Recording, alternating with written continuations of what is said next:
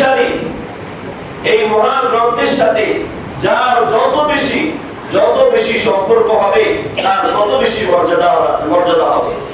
দুনিয়া আখিরাতে সে মর্যাদাবান হবে, দুনিয়া আখিরাতে সে শ্রেষ্ঠ হয়ে যাবে।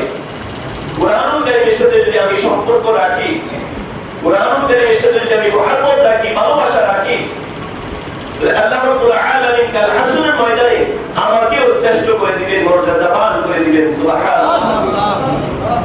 কতটা শ্রেষ্ঠ করবেন আল্লাহ রাসূল সাল্লাল্লাহু আলাইহি ওয়াসাল্লাম হাদিসে পাকের মধ্যে বলেন,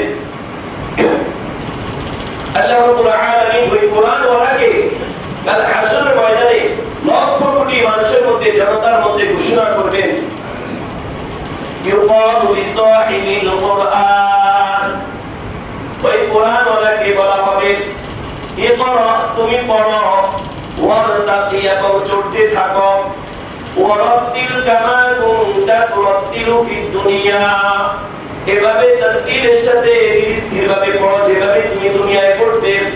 ফাইন্না মানফিরাকা ইনদা আখিরিন আয়াতিন তাকরাউহা, আজকে তোমার অবস্থান সেখানেই হবে যেখানে তোমার কুরআনুল কারীমের তেলাওয়াত শেষ হবে। সুবহানাল্লাহ।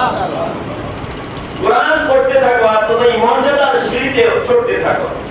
এটা আমার আপনার বাসার বাড়ির সিঁড়ি না, যত উপরে যাবে তত ভিআইপি শ্রেণীর লোক থাকে, যত উপরে যাবে তত ভিআইপি শ্রেণীর লোক থাকে।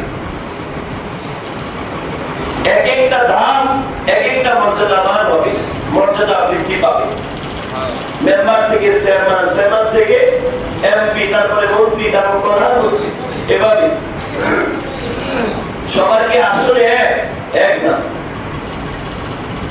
মুহতারাম হাজিরিন,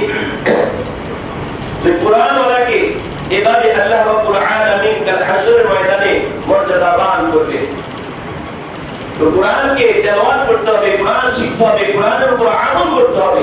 তবে আল্লাহ রাব্বুল আলামিন হাফেজে কুরআন হোক, আমলে কুরআন হোক, তেলাওয়াতকারী হোক, যে তেলাওয়াত করবে, কুরআনকে মুহাব্বত করবে, কুরআনের উপর আমল করবে, প্রত্যেককে আল্লাহ রাব্বুল আলামিন মর্যাদা দান করবেন। সুবহানাল্লাহ। চাই সে কুরআন বুঝে পড়ুক বা না বুঝে পড়ুক। বর্তমানে একটা ভুল রেওয়াজ আছে, অনেকেই বলে যে কুরআন অর্থ না বুঝলে ফায়দা নেই। এটা ভুল কথা। রাসূল করিম সাল্লাল্লাহু আলাইহি ওয়াসাল্লাম হাদিসে পাকের মধ্যে ইরশাদ করেন,